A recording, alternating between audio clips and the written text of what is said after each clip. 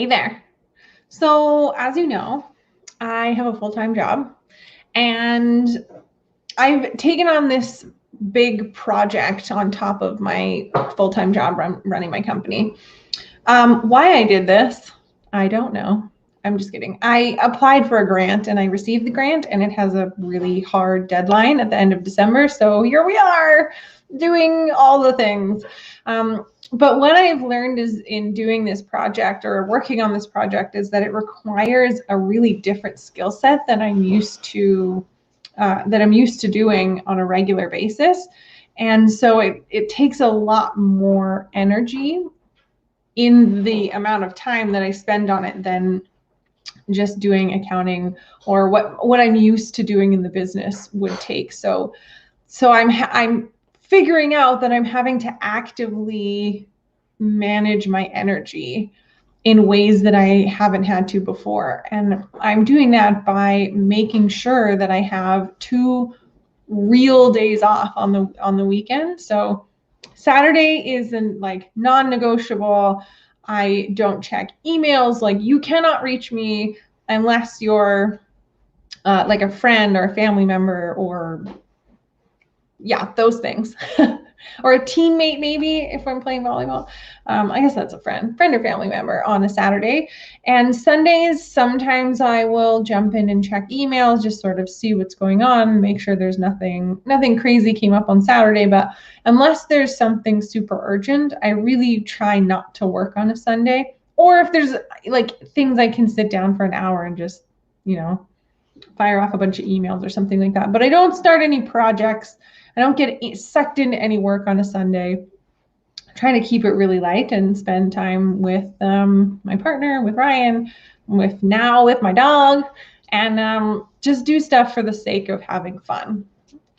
I have also realized that I need to be careful about when I book this time, because like time for the project, because it's creative time and it requires my right brain. It requires the part of my brain that I don't exercise very often. And so if I do it at the end of the day, then it takes a lot out of me, and it's a lot harder than if I do it right first thing. So I'm trying to book these things in the morning to make sure that I haven't spent all day being a left brain, like linear human, and then trying to flip to the right side, because it's a lot harder for me to go that direction than it is to go from creative to linear and logical. So trying to manage my energy in that way. I have also started blocking off the morning on Wednesdays as personal time. So I'm actually taking 2.5 days off in a week, which is really a big deal for me. When I started 2 years ago, I didn't take a day off for months, probably more than a year. And I was working, 12, 14-hour days, because I just felt like I couldn't stop. Like if I didn't put in as much time as was physically possible for me, then I was somehow not going to be able to succeed. Like, the business wasn't ever going to work if I didn't put in all of this time. So at the beginning of 2020, I started taking Saturdays. I was like, okay, I'm just going to start taking Saturdays off. It's going to be a hard line. I think that was in February I started taking Saturdays off. And I've been really good about it this year. But now I've committed to taking Wednesday mornings off too. So just a time in the middle of the week where I can get up and hang out and just have a slow, leisurely morning, maybe get some errands done, because doing errands during the day, during the week, is so much better than trying to do it in the evening or on the weekend. And I just like really protecting that time off has been important, because otherwise I just don't have the energy to do this creative work. So that is one big way where I'm able to take on this project on top of my full-time job. But to be able to take that time off, I've had to outsource. So really leaning on my team and saying, every time I go to do something, saying, hey, is this a thing that I have to do, or is it a thing that I can teach one of my team members to do, or something that I can outsource? And that has really helped to free up some time so that I can take time off. That's been really good. I have also decided I'm not taking sales calls. So I'm not taking any new clients until the end of December.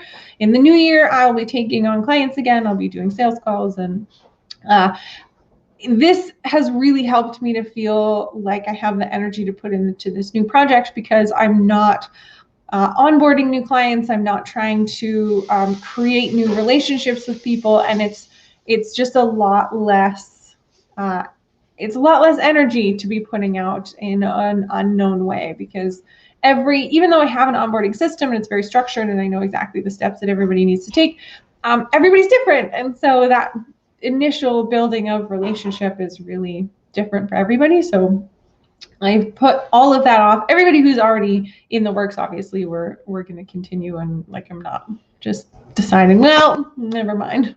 But I have decided, to the end of December, I'm just not taking any more clients, which is that's also really big for me, because I have said a couple times, oh, I'm at capacity, but I never really stopped onboarding. I never really stopped promoting and taking new clients, and so to actually actively say, no, I can't until the new year is a really big step. But I feel way better about it, because I don't feel like there's a potential for me to be any more extended than I am now. And that has been really helpful in feeling good, which means that I have the energy to put into this creative work. So really managing my energy and understanding where I not lose energy, but what tasks and what responsibilities take the most energy for me, and then trying to minimize those or figure out ways that they don't take as much energy has been